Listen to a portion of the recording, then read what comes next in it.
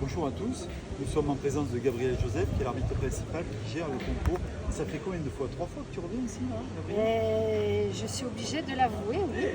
Mais ça te plaît ou t'oblige à venir ici? Je crois que l'an dernier, je l'avais déjà expliqué, que nous faisons des vœux et que oui, j'ai encore demandé l'accro pour la 3e fois.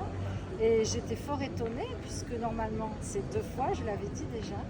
Mais au jeu provençal, exceptionnellement, et ben voilà, ça a pu se faire et c'est très bien.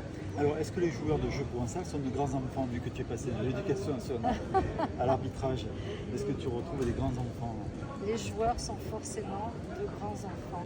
Mais ils sont à la fois faciles à gérer et plus difficiles à gérer que des petits. Voilà.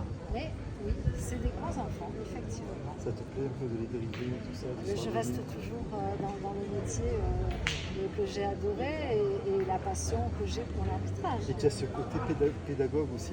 Forcément. Tout le temps, on le sent, pas loin. Tu expliques chaque fois.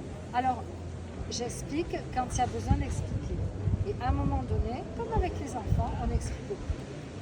On sanctionne. On est obligé.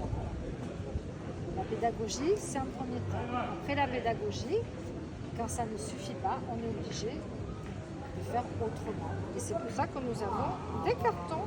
Et tu en as distribué un petit peu aujourd'hui? Le jaune, l'orange et le rouge. Eh bien aujourd'hui, je n'ai pas eu à m'en servir car j'ai averti oralement et les joueurs ont naturellement corrigé. Donc quand ça se passe comme ça, il n'y a pas besoin de sortir les cartons. Donc tout se passe finalement dans le Tout se calme et passe la bien. sérénité. Mais cependant, les joueurs savent que si je donne un avertissement verbal et qu'il n'y a pas rectification, ils me connaissent, les cartons seront sortis. Donc voilà, c'est un peu comme des enfants. Hein, ben oui. Mais on sent que les joueurs t'apprécient. Heureusement, sinon ça voudrait dire que 35 ans d'arbitrage seraient anéantis à zéro. Heureusement qu'ils m'apprécient. Non, mais quelquefois, il y a des arbitres qui ne sont pas très appréciés. Alors, on sent qu'il y a un respect. Il y a Ils une te règle. taquinent un peu, mais ils te Oui, respectent oui. vraiment. Il y a Ça fait une règle plaisir. d'or.